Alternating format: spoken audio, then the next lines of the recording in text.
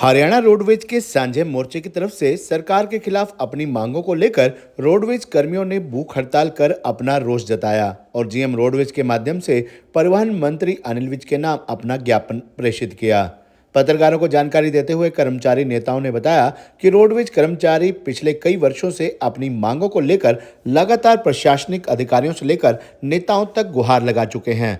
बावजूद इसके उनकी समस्याओं का समाधान नहीं हो पा रहा। ऐसे में वे अब 6 चरणों में भूख हड़ताल के माध्यम से अपना विरोध प्रदर्शन कर रहे हैं।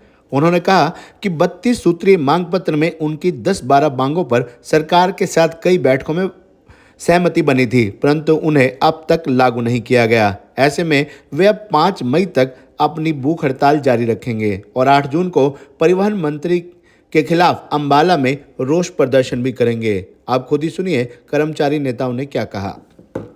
बताएंगे रोडवेज की 24 घंटे की भूख हड़ताल चल रही थी, तो क्या बताएंगे? ये भूख हड़ताल हमारी 8 मार्च को रोहतक में सांझा मोर्चा की मीटिंग हुई थी। उसमें फैसला लिया गया था कि 6 चरणों में 4-4 डिपो 5 मई तक भूख हड़ताल करेंगे।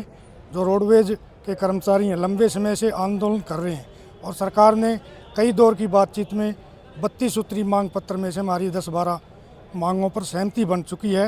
वो मांगें अभी तक लागू नहीं की गई हैं, जैसे अर्जित अवकाश है और 2016 के चालकों को पक्का करना है, बोनस की बात है, चालक परिचालक के ग्रेड पे की बात है। इस तरह की 32 मांगें हमारी हैं। उन पे कई दौर की 23 में और 24 में बातचीत हो चुकी है।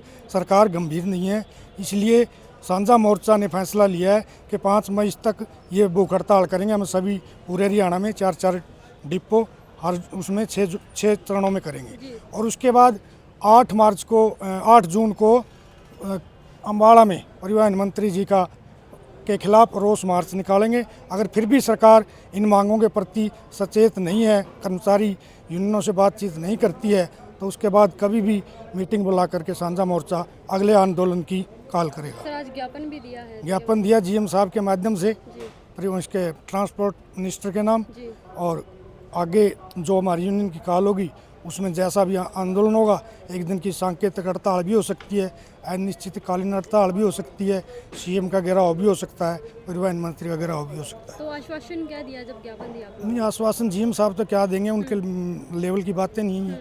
ये तो डीजी साहब और परिवहन मंत्री के लेवल की बातें हैं। जीएम साहब तो सिर्फ माध्यम थे एक ज्ञापन भेजने का, इसलिए जीएम साहब का ज्ञापन दिया गया। एक चीज बताइए कि कई संगठन ना जी आपके साथ नहीं चलते, वैसे संयुक्त मोर्चा आपने कहा है, कई बार हमने देखा है कि आप हड़ताल करते हो लोग। चलो, कुछ साथियों की मंशा होती है, कुछ लड़ने वाले साथी होते हैं, कुछ सरकार के पिट्ठू संगठन होते हैं जो सरकार से छोटे मोटे उनके काम कर देती है, इसलिए वो सरकार के पाले में रहते हैं।